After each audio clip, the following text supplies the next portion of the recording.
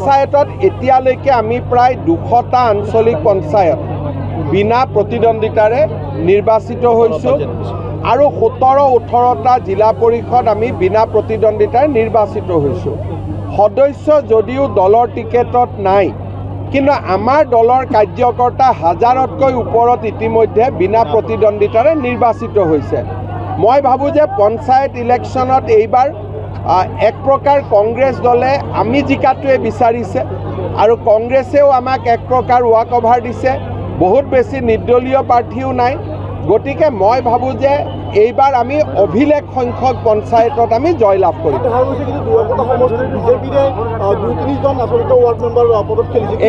এইটো আমি তেওঁলোকক খেলিব দিছোঁ।